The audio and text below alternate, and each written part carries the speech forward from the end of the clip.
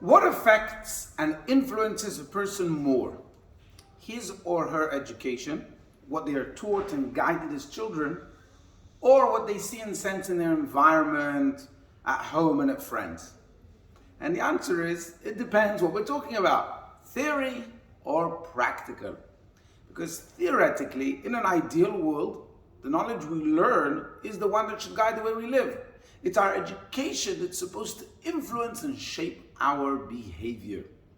But in practice, life isn't so simple. We don't live in a vacuum, and our thinking is formed and impacted by our surroundings. Hence, the behavior we see shapes the way we understand and learn, and not the other way around.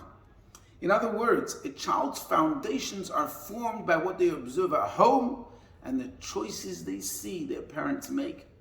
I once heard a mother who told her children, "Do as I say, not as I do." Unfortunately, this doesn't work. And this is why in the second Parashat of Shema, that is read in this week's Parashat Ekev, we are commanded with the mitzvah of tefillin. And immediately after that, we are commanded about the education of our children. Because it's only after the children see us putting on tefillin, a practical mitzvah, that will make their studies later have a practical effect. By the way, in Parashat Vayetchanan, which we read last week, the order is reversed.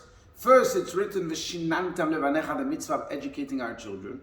And only then it says to put on tefillin, Ukshartam leot al yadecha, v'hayu letotafot b'einecha. And the question is why? Why is it the opposite way in last week's parasha? And the answer is because there it's talking about the ideal world, how things should be. And in our parasha, it's talking about life as it is in reality, in practice.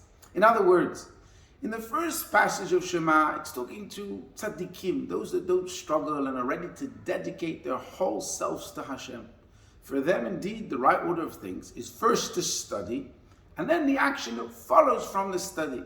But in the second paragraph of Shema, it's addressing the masses. It speaks to the real life experience of the average person.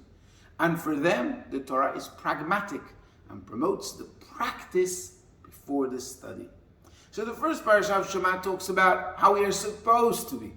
And the second parasha talks about how we actually are. And as President Nixon once said about John F. Kennedy, when they look at him, they see what they want to be.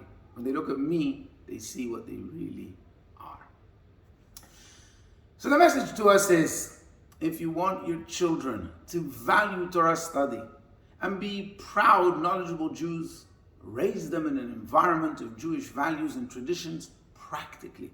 Because an impressionable child that sees his parents steeped in Jewish values and practice will want to follow that tradition. He'll be eager to learn about it and appreciate its lessons. Because the most important educational tool for a parent is to live a life in line with what they want their children to grow into.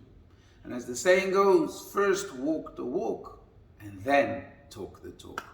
Wishing you Shabbat Shalom.